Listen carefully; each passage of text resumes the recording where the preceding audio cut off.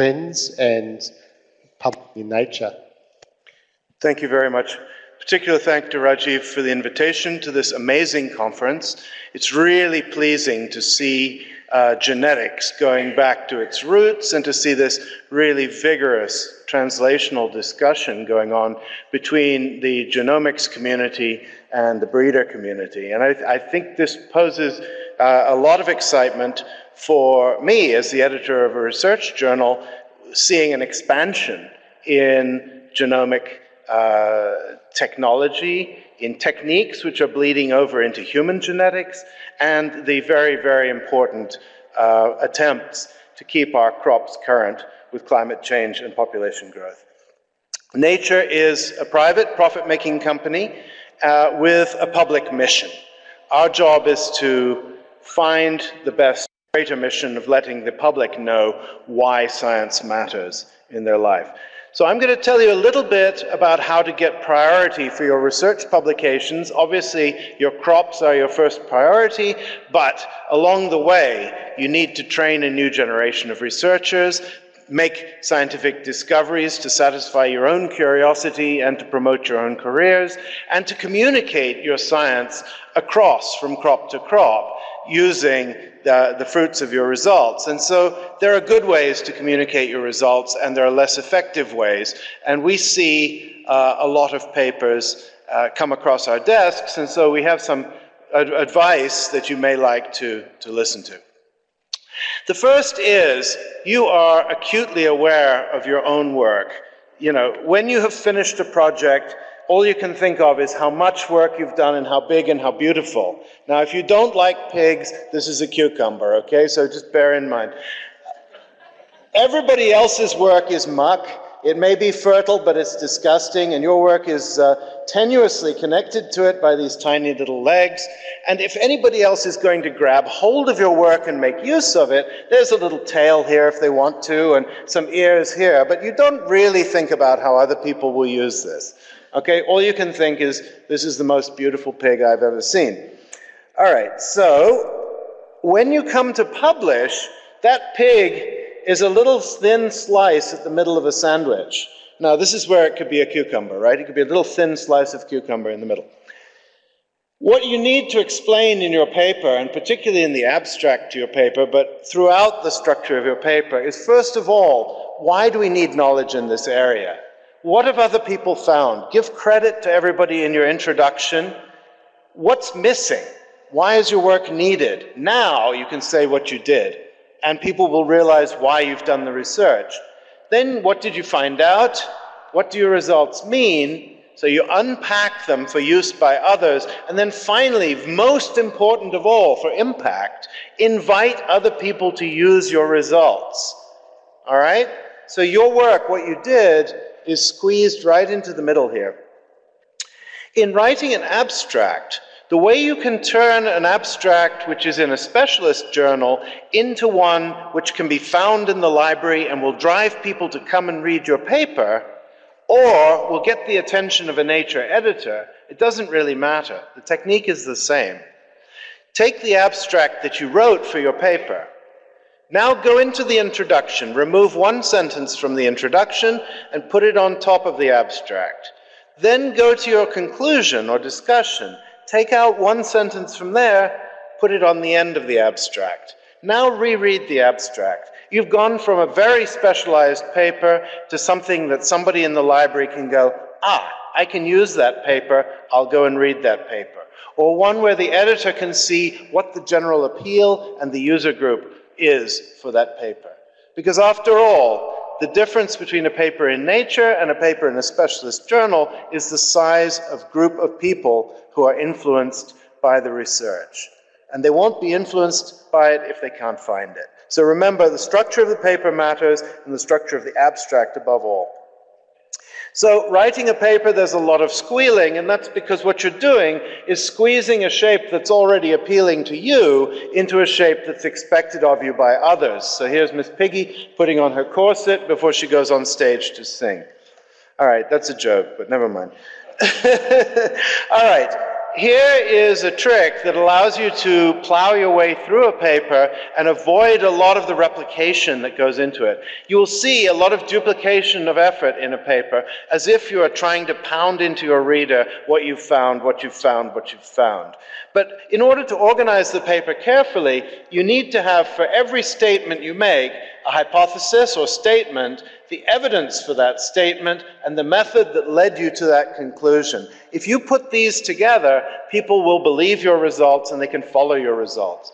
Now, this is a paper about looking at repeats in rice, discovering that they are transposons, and that these transposons have some interesting activities and properties. It's a Nature paper.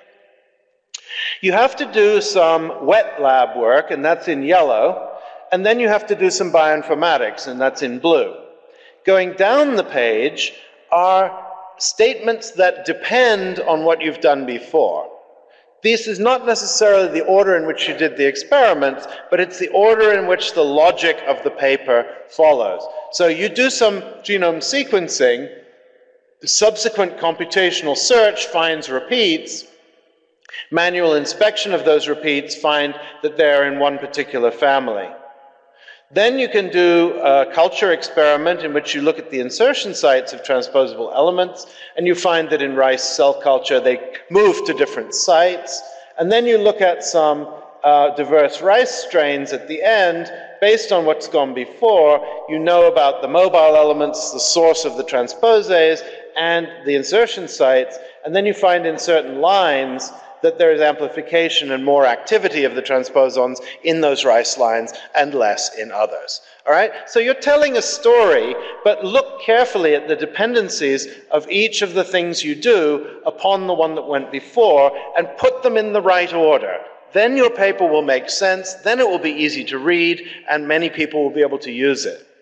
If you use this three-part organization, you can teach the reading and writing of papers to students very quickly. You can also assess whether they've understood the paper by leaving out some of these boxes and asking them to fill them in, or by randomizing the order and asking them to put the order back again, or to read the paper and find out what is necessary and what's missing.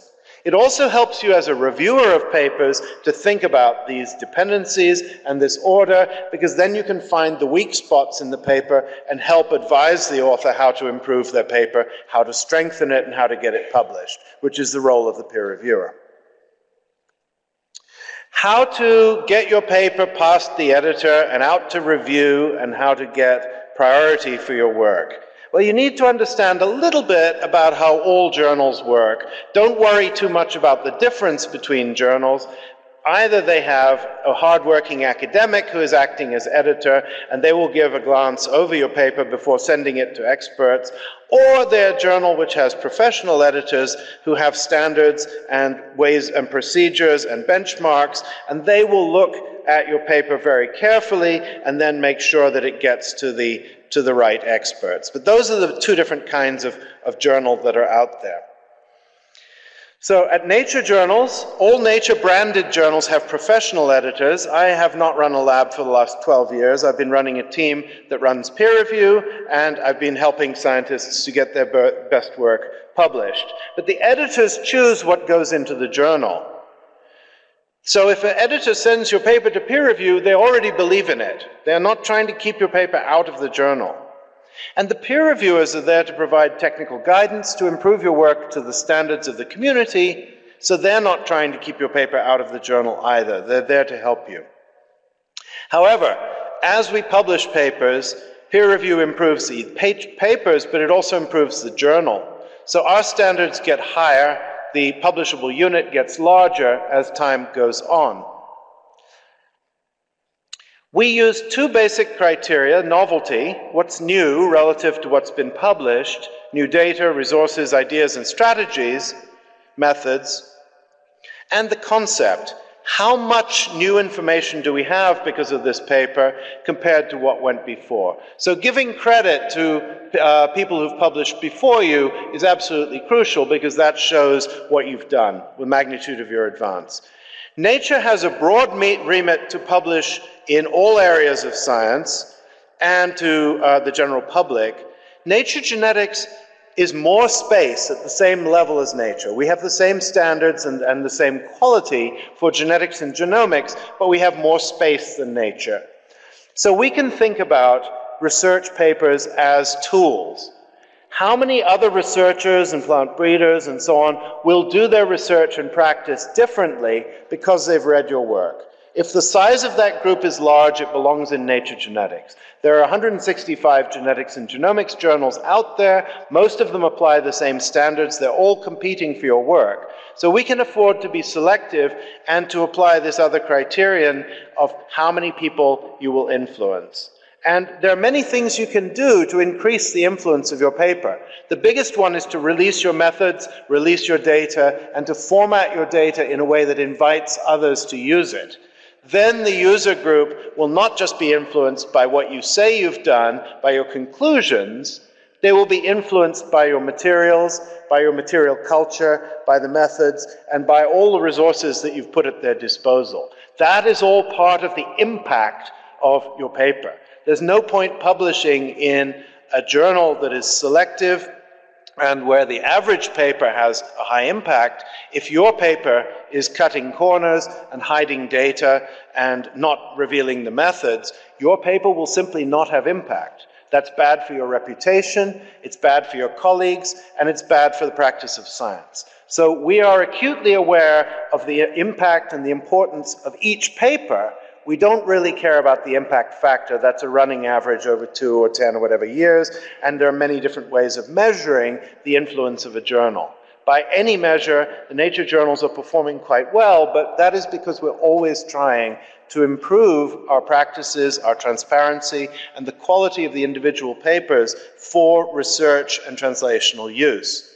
And what I'm learning from a meeting like this is it's not just about the research. There's a lot of fascinating basic genetics, basic biology that's coming out of plant breeding programs and plant genomics and the seek for plant wild relatives and domestication by humans, the co-evolutionary stories and plant pathogen interactions and all the other evolutionary stories that are going on. But it's not just about the basic biology and the research. The translational agenda matters, and genetics is ultimately a practical discipline that needs to give back. The scope of Nature Genetics runs from apples to soybeans. Seriously, we have two main areas, 25% agriculture and about 75% biomedicine. It's the agriculture, and particularly agricultural genomics, that's growing. We're thinking mainly about collecting variants which influence traits, and the publishable unit for those varies from a large GWAS study to an individual study of a plant development gene. The other big project is the wiring diagram. How do genes form tissues and organs, and how do those develop and evolve? That's obviously going to keep us in business for a long time. But our expert reviewers and authors fall into specific areas. They could be developmental geneticists or pharmacologists. The areas that are growing are these particular areas where we're making lab visits and conferences and trying to get in touch with experts who can tell us about these basic biological problems. Some of these affect the way in which you do plant breeding. Some of them are obstacles, some of them are advantages. But we're interested in these basic biological problems. The trends in agricultural genomics and a few cool papers that we've published. We're obviously very proud to have published the African rice genome story, which is a fascinating story about human-plant coevolution and the independent domestication of cereals in Africa. But we are gradually moving from first reference genomes, cacao and strawberry and cotton, the diploid cottons, and finally the polyploid cottons, to tomato and other plant diversity. It's the tools for SNPs and plant breeding are more interesting to Nature Genetics than the reference genomes. So we're getting out of the business of reference genomes and into genome diversity. This is definitely a trend we're moving towards. Here's an example of a cool paper that hits at every level at Nature Genetics. And so this is from a couple of years ago in Nature Genetics. It is the cloning of a QTL, finding the gene, making the transgenic, proving that you've got the right gene. It has an interesting mechanism. This is a regulator in the auxin pathway that controls cell elongation and root angle and root growth either outwards or downwards. So it has basic developmental importance. It integrates into a root, an elite line, has desirable crop properties in that it drives the roots deep and confers on rice a drought resistance that has some economic value. So at every level, this is a successful research paper at the single gene level. So that's one example of why a paper might be exciting to Nature Genetics, useful to the research community as a model, but also to plant developmental scientists and also in the agricultural area. Here is a cool paper which dissects the nature of heterosis. I think it's really nice collaboration organized by Zachary Lipman's lab. And what it looks at is the flowering hormone plant architecture interaction in tomato. So if you take a wild tomato, it's a vine that goes leaf, leaf, shoot, leaf, leaf, flower, leaf, leaf, flower, leaf, leaf, flower. And it keeps going like that. And if you influence the balance of the florigen hormone and its inhibitor, you can get commercial tomatoes that, that flower simultaneously and end up with a sudden harvest. You get a lot of tomatoes. But actually, in terms of the total yield, that's not optimal either. So here's a wild tomato. Here's a high-flowering commercial tomato. But if you then make various heterozygous combinations of the flowering hormone, the inhibitor of the flowering hormone gene, and the two downstream transcription factors that transmit the signal of the hormone, you can make multiply heterozygous combinations that produce intermediate levels of the flowering program, which are intermediate between a wild tomato and a commercial bush tomato, and produce very much larger yields. And that works in a variety of different tomato backgrounds and leads to great productivity gains. So it's something basic about the nature of heterosis for this particular trait, something very basic about plant development and the hormonal pathway and its signal transmission, and also something of commercial value, which can be readily put with a small number of components into any commercial tomato variety and grown. So very attractive to us at many levels. Okay, the next thing is, nature has not had the courage yet to tackle the biology's moonshot, which is to understand soil. Everybody knows soil. You try to minimize the differences between soil using different plant varieties and different agronomic practices, but we don't really understand soil. Unfortunately, we haven't yet launched a journal, Nature Soil, to attract geoscientists, mineral scientists, water experts, colloidal experts, chemists, microbiome people and plant biology. So the way we're getting into it is actually via the plants. So here's a work by an artist showing plants bringing light and energy into the soil. This is our way in, is to come in through the plants. So we have had the courage, finally, to launch a journal especially for plant science, Nature Plants, which is an active verb. It's probably a better active verb than Nature Soils, I think. Anyhow, we start with society's questions. How are we going to feed ourselves? Will we outstrip the climate? Will we outstrip our own population? How are we going to deal with change? Scientists have disciplines. They are trained in these areas, and they apply these techniques to questions. Scientists are curious. They're driven by two big biological questions: development and evolution. There are these other areas as well which are relevant to plants, but essentially we are people within disciplines applying techniques to scientific questions. That then gives us translation. We have translational disciplines, agriculture, agronomy, and forestry, and we have products: crops, biofuels, engineering solutions, and solutions to water use.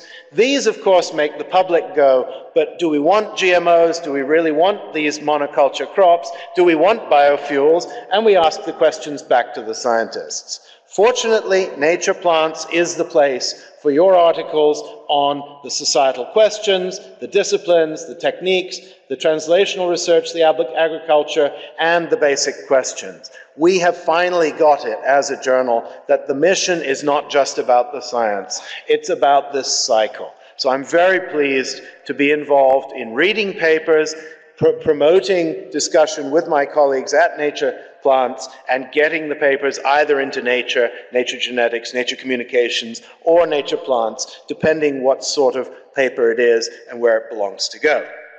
Okay, we also launch things for the public, the Outlook on Rice, which coincided with the Agricultural Genomics Conference in Beijing last year. We're very keen on access to data. So we heard about DivSeq initiative. One of the problems is crop phenotypes are not publicly deposited, they're not standardized, and they're not usable, and they're not linked to the genotypes. We've done a very good job with depositing genotypes in public repositories with genomes, sequences, and so on. What we need to do is make sure the crop phenotypes get linked up with the genotypes and the seed accessions all in one place to address the needs of the researcher and the breeder alike. So to help that, and stimulated by DivSeq initiative, Nature Genetics has looked at all the plant papers for the last 2 years, and we've gone to our colleagues at Scientific Data to contact the authors and make sure that all the genotype data, the phenotype data, the methods, and everything that's needed to make these useful research tools is in the public domain. Some of the authors have said, oh no, we have all our data in GigaScience, just go there and you'll find it. We're not interested in a data descriptor. Others have said, yes, we didn't know which repository to put the data in or what data was needed or what we wanted accessed, but we do like the idea of getting another paper, the data descriptor, which has its own DOI. It's an open access publication that gives credit to everybody that worked on the paper. It isn't a one-to-one correspondence. You might have 10 papers in Nature Communications, one in Nature Methods, and one in Nature Genetics, and together, one data set feeds all of those papers. Wouldn't it be good to have one place where you could look that up? The other thing is that the community standards for each community are collected by the scientific data curation group and their peer reviewers, who are separate from the peer reviewers of your papers. And they will take your data descriptor and make sure that the data are sent to the right place, the data and the metadata are properly described, that the data are peer-reviewed to the standards of the community. So if DivSeq wants to harmonize the maize community and the wheat community and the rice community and make sure that they're all applying comparable phenotyping standards, deposition standards, genotyping quality standards, and all the rest of it, this is a good way to do it. And make sure that each paper in each community has its data descriptor, and then the group here, which helps to integrate community standards, will tell you what the standard is currently, how the standard should be approved, and how it should be applied. So please, we're open for submissions. We recommend them, but you can just go there with your data, either before your paper, after your paper. It doesn't compete with your paper, but it increases impact of your paper.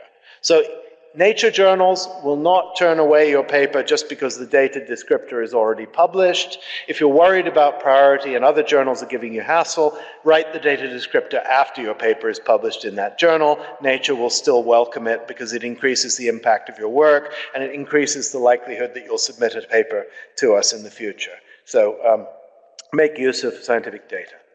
Authorship comes with responsibility, and I'd like to finish up by just giving some examples of that. What's very scary is when you're describing other people's work, in one round of citation, somebody's conjecture or hypothesis can become a fact. So as soon as something is cited carelessly, it makes its way into the textbooks and is impossible to uproot. And that makes it very hard to do future science because people will say, oh, that's already known, and they won't look very carefully. So we give you infinite number of references. Please describe hypothesis as hypothesis, likelihood as likelihood, and fact as fact, and do that carefully, because this process is quite scary. Don't do this. This weed was turned through 90 degrees from a Nature Genetics publication, reappeared in Science 3 years later. That's just sloppy, but it could be fraudulent. It has a different genotype and so on. In this case, it's just laziness. The control plant was the same in 2 papers. Don't do it. It makes a mess of the literature. Display your data unprocessed. I really don't understand what the authors did here, but it had already gone through peer review. So I put an asterisk here, and I said what they did, apparently, is they divided these bands by these control bands and did some miraculous phosphorimager math, which generated these images. So I just explained that, and you know, the reader can make what they will of it. But I found that very frightening. Okay, authorship. The medical journal editors insist that you make a significant contribution to the paper.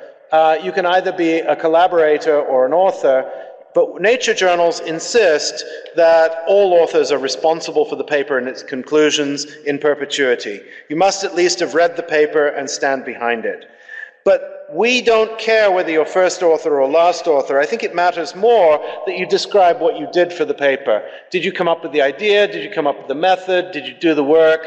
Did you curate the data? Did you write the paper, supervise it, administer it, acquire funding, and so on? So these unitary contributions, of which you have many in the paper, matter more than the linear order. And as people try to cooperate in larger and larger authoring groups, this becomes of crucial importance, because everybody needs to get the right kind of credit for their contribution, and they need an incentive to work together.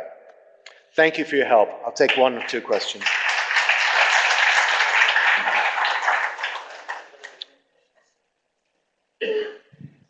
We have time for 1 question, because I've been told there's some special guests waiting for us for the afternoon tea. Does anyone have a question? This one here. So with regard to the access to data, so what do you do in the human medical genetics when you've got patients' data, and can you put that in the public domain? Yeah, it's a lot of the consortium data, cohort data, was gathered on the understanding that it would be a single site would do the study, and there wasn't general sharing of the data, and the consents of the individual humans that gave their material and their phenotypes to the study control what can be done with that data. So the deposition of it goes in controlled access repositories in accordance with the wishes of the consents. So in that respect, you know, yet another advantage to agriculture, because you don't have this form of restriction on data access. You just put in that there's a material transfer agreement and you need to sign it and you can get the data. So we endorse the EGA and dbGaP repositories, which have access control committees that in a matter of a few weeks can give you access to human sensitive data under proper conditions. And that's a solution that can be applied to sensitive agricultural data as well. So I'm sorry we have to cut the discussion short. Myles, thanks for a fantastic presentation.